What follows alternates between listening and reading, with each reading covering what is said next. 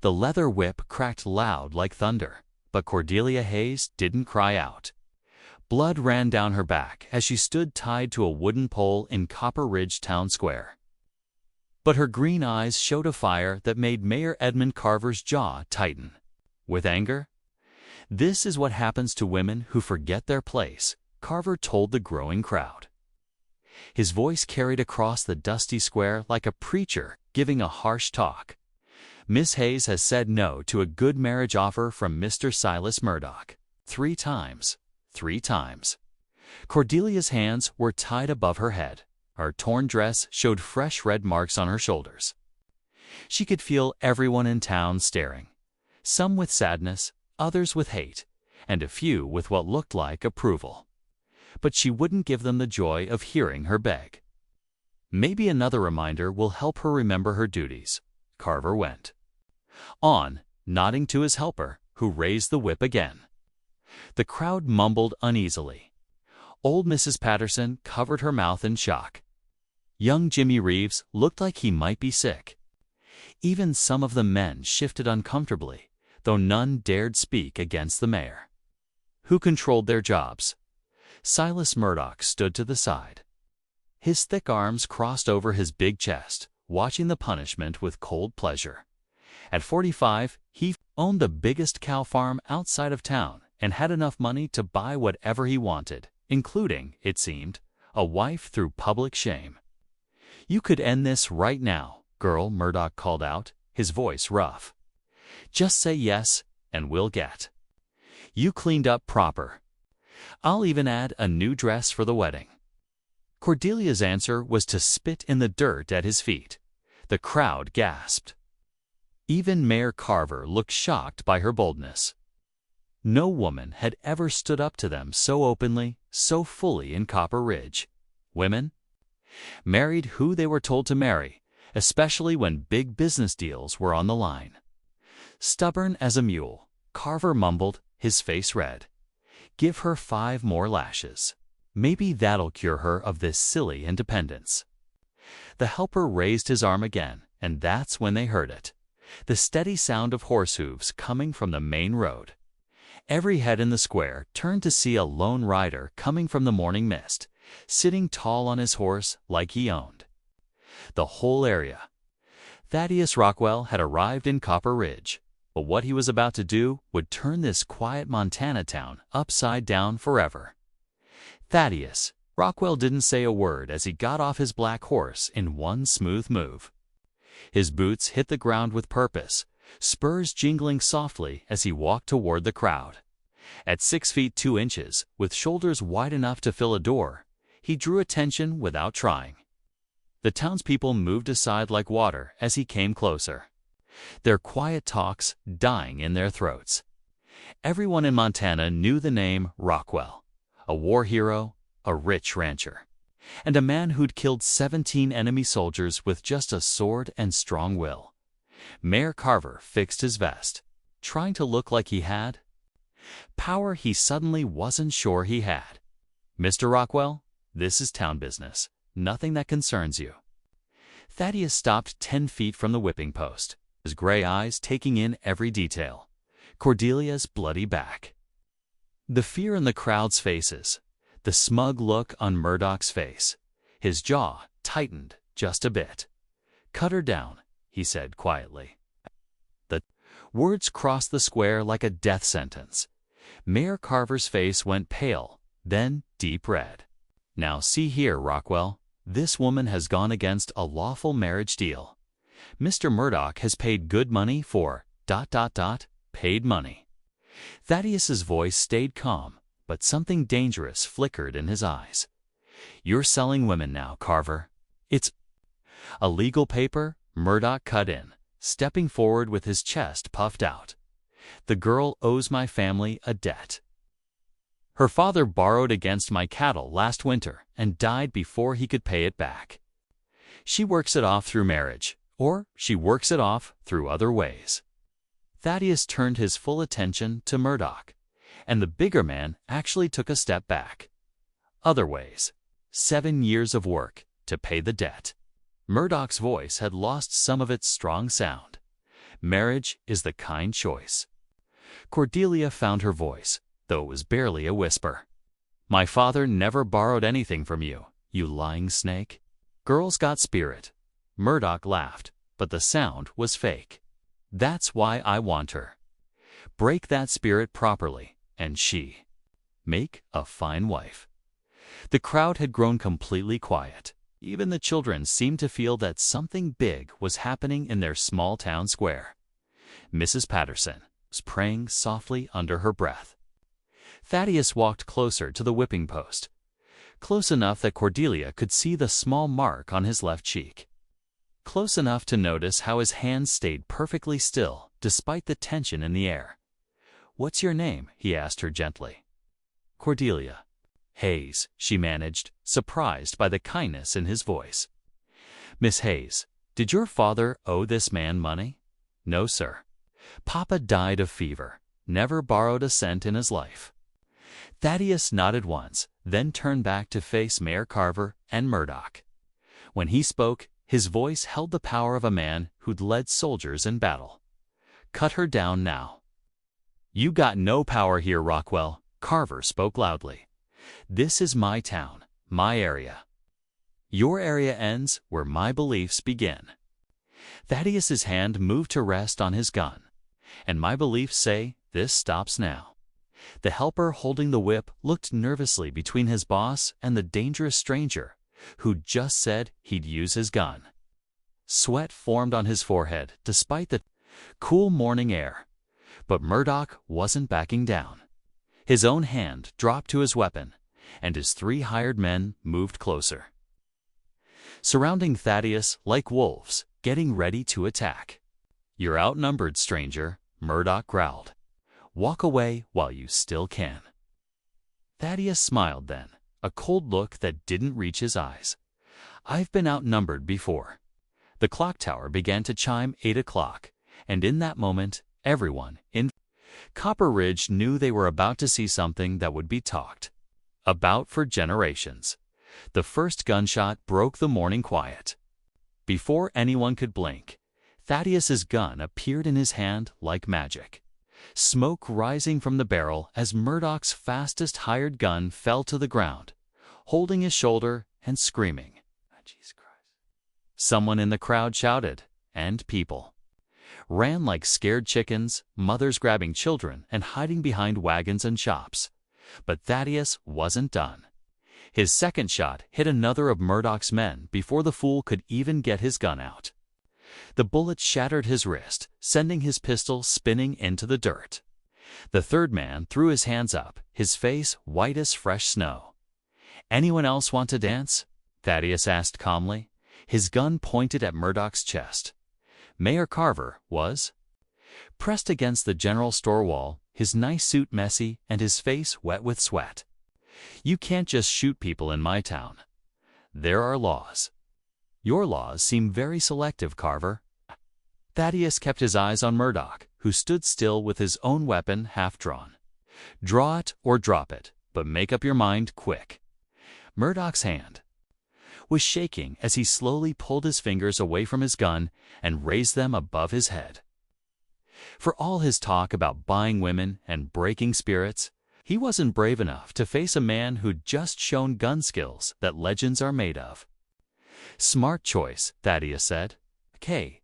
He moved to the whipping post, where Cordelia still hung by her wrists, her green eyes wide with shock and something that might have been hope. "Hold still." One quick cut of his knife broke the ropes holding her hands. Cordelia fell to her knees, her legs too weak to hold her after the awful time. Thaddeus caught her before she could hit the ground, his strong arm holding her steady with surprising gentleness. "Easy there, miss. You're safe now." "My back," she whispered, pain making her voice tight. "I know. We'll get you cleaned up." He looked around at the scattered crowd, many of whom were peeking out from their hiding places like prairie dogs checking for hawks. "Someone get Doc Morrison now." No one moved. They were all too afraid of getting caught if the shooting started.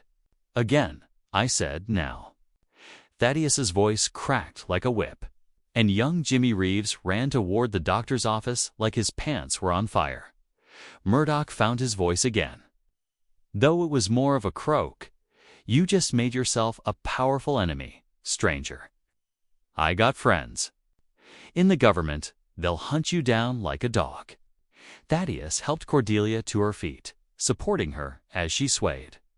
"Then I guess I better make sure they have good reason to remember my name." He looked directly at Mayor Carver, and his next words carried across the square like a judge giving a ruling. "This woman is under my care now. Anyone who touches her answers to me." But as Doc Morrison came running with his bag, none of them noticed the rider who'd been watching from the hilltop above town, or how he turned his horse and galloped hard toward the county seat. The real trouble was just beginning. Doc Morrison's hands shook as he cleaned the wounds on Cordelia's back. His office was quiet, except for her sharp breaths and the distant sound of hammering as shopkeepers boarded up their windows. News of the shooting had spread through Copper Ridge like wildfire, and everyone was getting ready for what they were sure would be a war. "These cuts aren't too deep, thank God," Doc Morrison mumbled, putting cream on the worst of the marks. "But she carry these scars for life." Thaddius stood by the window, watching the street with the sharpness of a man who'd lived through too many surprise attacks to let his guard down now. His gun was reloaded and put away, but his hand never moved far from the grip. "How long before she can travel?" he asked, without turning around. "Travel?" Cordelia spoke up from the table, wincing as the doctor wrapped clean bandages around her body. "I'm not going anywhere. This is my home." "Not anymore, it isn't." Thaddius finally turned to face her, and she could see the grim certainty in his gray eyes. Murdoch wasn't just talking big about his government friends. "Come nightfall, this place will be full of federal officers, all carrying papers with my name on them." Doc Morrison paused in his bandaging. What about papers for Murdoch, for what he was doing to this girl? Thaddeus's laugh was bitter. "Men like Murdoch don't get papers, they give them out." Cordelia tried to sit up straighter, her jaw set with the same boldness she'd shown at the whipping post. "I won't run. I won't let them drive me from the only home I've ever known." "Then you'll die here," Thaddius said bluntly. "Is that what you want? Because that's what's going to happen if you stay." Before she could answer, the door burst open, and young Jimmy Reeves stumbled inside, his face red from running. "Mr. Rockwell, Mr. Rockwell, there's riders coming up the South Road, lots of them." Through the window, they could see the dust cloud rising in the distance, at least a dozen horses moving fast toward town. Thaddius cursed quietly and checked his pocket watch. "Faster than I expected." He looked at Cordelia, who was trying to put her torn dress back on over the bandages. "We've got maybe 10 minutes before they get here. Time to decide, Miss Hayes." She stared at him, this stranger who'd risked everything to save her from a fate worse than death. "If you were Cordelia, what would you do? Stay and fight for your home, knowing you'd probably die, or run with a man you barely knew into an unclear future? Tell me in the comments. I need to know which side you'd choose, as what Cordelia decided next would decide not just her own fate, but the fate of everyone in Copper Ridge. "Why?" she asked quietly. "Why did you help me? You don't even know me." Thaddius was already moving, getting things from Doc Morrison's cabinet. Sometimes a man sees something that reminds him why he's still breathing. Sometimes that's enough. Morrison was wrapping extra bandages and medicine in a cloth bundle. "There's a back trail through Miller's Canyon. If you ride hard, you can reach the state line by sunset." "And then what?" Cordelia asked. "Where am I supposed to go? I have no money, no family, no." "You'll have me," Thaddius said simply. The words hung in the air between them like a promise, and Cordelia felt something change in her chest. Not just thanks, but something deeper and more risky. Trust, maybe, or hope. The sound of horses coming was getting louder. "Decide now," Thaddius said, his hand held out to her. "Live free or die here, but decide." Cordelia looked at his outstretched hand, then at Doc Morrison's worried face. Then out the window, where she could see the first of the riders topping the hill. She took his hand. They slipped out the back door of Doc Morrison's office, just as the federal officers thundered into the main street, their badges shining in the afternoon sun. Thaddius had his black horse waiting in the alley, along with a smaller horse that Doc Morrison kept for emergencies. "Can you ride?" Thaddius asked, helping Cordelia into the saddle despite the pain in her back. "Born on horseback," she replied. Through gritted teeth, though her face was pale from the effort, they could hear shouting from the front of the building. Marshal Kane's voice demanded to know where the killer gunfighter had gone. Doc Morrison was acting innocent, saying he'd been tending to wounds and hadn't seen anyone matching Thaddius's description. Thaddius got on his horse and waved for Cordelia to follow him toward the narrow path that went behind the horse stable. They moved quietly, using the buildings for cover. But just as they reached the edge of town, a shout rang out behind them. There, behind Murphy's barn. "Ride, ride," Thaddius ordered, pushing his horse into a gallop. Cordelia dug her heels into her mare's sides and followed, her back crying out in pain with every bump. Behind them, she could hear the thunder of chasing hooves and the angry shouts of the officers who'd been made to look foolish. They raced across the open ground toward Miller's Canyon, the horses' hooves kicking up dust clouds that hung in the still air like smoke signals showing their escape route. Gunshots cracked behind them, bullets whistling overhead, but Thaddius seemed to know exactly where he was going. "There's a narrow path up ahead," he called over the sound of their horses breathing hard. "They'll have to follow single file." The canyon walls rose around them like protecting arms. Red stone streaked with bright lines that caught the sunlight and threw it back in blinding flashes. The trail was barely wide enough for one horse, forcing their pursuers to stretch out in a long line that took away their advantage in numbers. Cordelia risked a glance back and saw Marshal Kane leading the chase, his face dark with anger. Behind him rode 6 more lawmen, all armed and determined to catch the man who'd made them look bad in front of a whole town. "How far to the state line?" she gasped. 5 miles through the canyon, then another 10 across open country. Thaddius's voice was steady despite their desperate situation. "Question is whether these horses can make it." Already, she could feel her mare starting to slow down, the animal's sides heaving with tiredness. Thaddius's horse was stronger, but even he was showing signs of strain after the hard run from town. "There's something you need to know, eh, Cordelia?" called out, her voice barely heard over the sound of hooves on stone. "What?" Murdoch wasn't lying about everything. "My father did owe money, just not to him." Thaddius gave her a sharp look. "Who did he owe?" "The man leading that group, Marshal Kane." If you're loving this wild ride through the Old West, hit that subscribe button because this story is about to get even more intense. The news hit Thaddius hard, and suddenly everything made terrible sense. This wasn't about right or law. This was about getting money owed, and Cordelia was the payment. How much? Thaddius asked as they rode through a very risky part of the trail, their horses stepping carefully between loose stones that could send them falling into the canyon below. $500, Cordelia replied, shame in her voice. "Papa borrowed it last winter when the fever took half our cattle. He was going to pay it back after the spring roundup, but he died first." Thaddius finished grimly, and Kane saw a chance to get more than just money. The pieces of the puzzle were falling into place with awful clarity.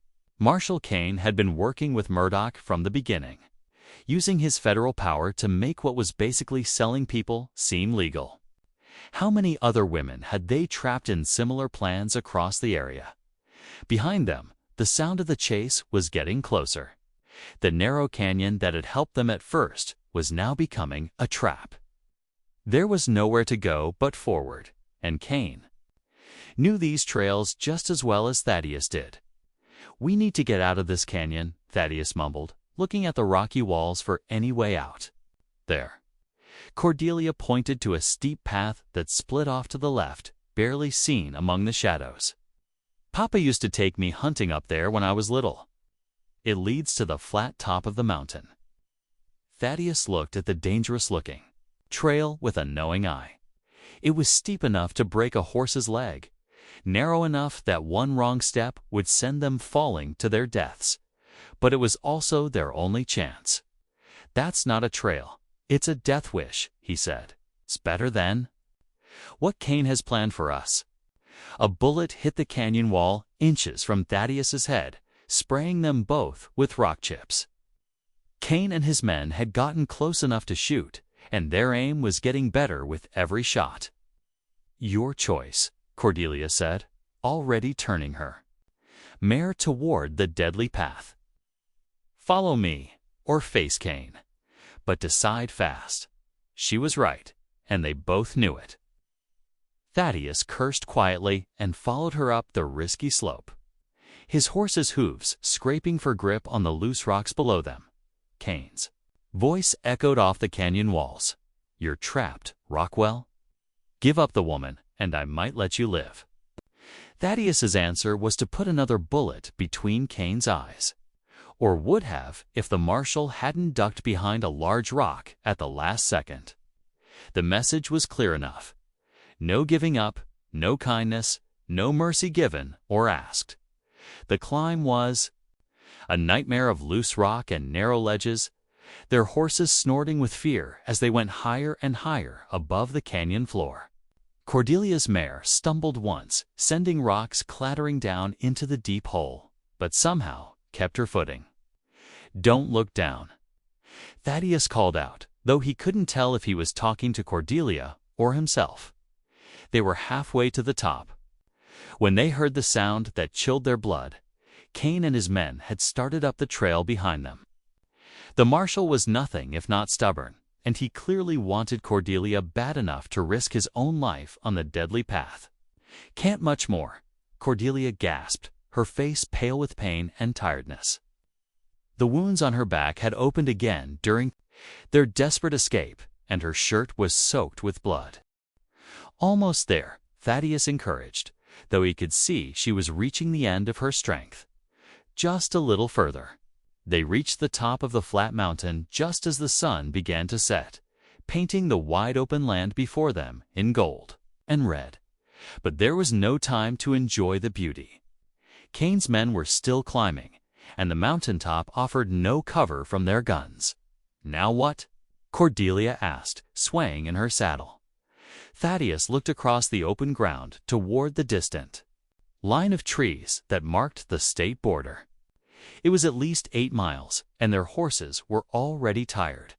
Behind them, Cain appeared at the rim of the canyon like an angry spirit, his badge catching the last rays of sunlight. But then he saw something that made him smile for the first time since his whole bad dream began. Smoke rising from a group of buildings about 2 miles to the north. The Paiute trading post that most white people pretended didn't exist. But Thaddius had traded there before, and more importantly, he'd fought alongside their chief during a very nasty fight with cow thieves the previous summer. "Can you make it to more miles?" he asked Cordelia. She straightened in her saddle, despite the pain on her face. "Lead the way." They rode hard across the mountaintop, their horses' hooves thundering against the hard ground as Cain's voice roared. Behind them, "I'll follow you to hell itself, Rockwell. That woman belongs to me." The trading post appeared ahead of them like a dream, a group of strong wooden buildings surrounded by a wooden fence, with smoke rising from several chimneys and the warm glow of lamps spilling from the windows. As they came closer, Thaddius could see armed men coming from the buildings, alerted by the sound of horses. "Who comes?" called out a voice in broken English. Thaddius Rockwell, seeking safety for the woman, he replied, using the formal words that would call upon the old laws of welcoming strangers. A tall man stepped into the light. His long black hair streaked with silver and his worn face marked by old scars. Joseph Crowfeather, chief of the local Paiute group, and a man who owed Thaddius his life. "My brother returns," Joseph said with a slight smile, "but not alone and not in peace. Federal officers may be 10 minutes behind us. They want the woman for a debt that isn't hers to pay." Joseph's face darkened. He'd seen enough of white man's justice to know how it usually worked for people who couldn't pay their way out of trouble. "Bring her inside. We will speak of this." They got off there. Horses quickly, Thaddius helping Cordelia down from her tired mare. Her legs nearly buckled, but she forced herself to stay standing as Joseph led them toward the main building. "Your woman is hurt," Joseph noted, seeing the blood on Cordelia's shirt. "She's not my woman," Thaddius started to say, then stopped. Looking at Cordelia's pale but strong face, he realized that somewhere during their desperate flight, something big had changed between them. "She's under my care." "Same thing," Joseph replied with a hint of a smile. They'd barely gotten inside when the sound of horses coming announced Kane's arrival. Through the window, they could see the marshal and his men spreading out around the trading post. There, guns shining in the lamplight. "You're hiding people on the run?" Kane shouted. "Federal law says you must give them up at once." Joseph stepped outside with a dozen of his fighters by his side, all armed and ready for trouble. "This is our land. Marshal, your laws end at our fence line." Kane's face turned red with anger. "Don't quote Indian treaties to me, Chief. I've got papers signed by the state governor himself. Show me these papers." There was a long pause, and Thaddius knew exactly why. Kane had been so eager to chase them that he'd never bothered to get proper papers. This had been personal from the start. "I don't need to show you anything," Kane snarled. "You've got 1 hour to give them up, or we're coming in after them." But Joseph Crowfeather had faced down the U.S. Army before, and he wasn't moved by one bad marshal and his hired guns. The standoff lasted until morning, with Kane's men surrounding the trading post while Joseph's fighters kept a quiet watch from behind the fence. Neither side wanted to fire the first shot that would turn a tense situation into a bloodbath. Inside the main building, Cordelia had finally fallen asleep, resting fitfully on a pile of animal skins while Joseph's wife took care of her wounds with old healing plants. Thaddius kept watch by the window, his gun ready, but his mind working on a different kind of answer. "There's something you should know about your Marshal Kane," Joseph said quietly, sitting down beside him with 2 cups of strong coffee. "I'm listening. 3 winters ago, he came here demanding payment. Said we needed to pay for the right to trade with white settlers. When we refused, he burned our winter supplies and left us to starve." Thaddius turned to look at his friend's worn face. "How did you survive? We didn't, all of us. Lost 6 old people and 4 children before spring came." Joseph's voice was carefully controlled, but Thaddius could see the old pain in his dark eyes. "Been waiting for the right chance to make things even," as if called by their talk. Kane's voice boomed across the camp. "Time's up, Chief. Send them out, or we're coming in." Joseph stood slowly, checking his rifle. Seems like that chance just arrived, but Thaddius was already moving toward the door. "No, this is my fight, not yours. You've already done enough, brother," Joseph said softly. "Some fights belong to all of us." Outside, Kane was losing his patience. His men looked tired and nervous after the long night. And some were starting to grumble about the sense of attacking a strong place held by skilled fighters. "Last warning," Kane shouted. "I'm counting to 10. Then we're coming over that fence."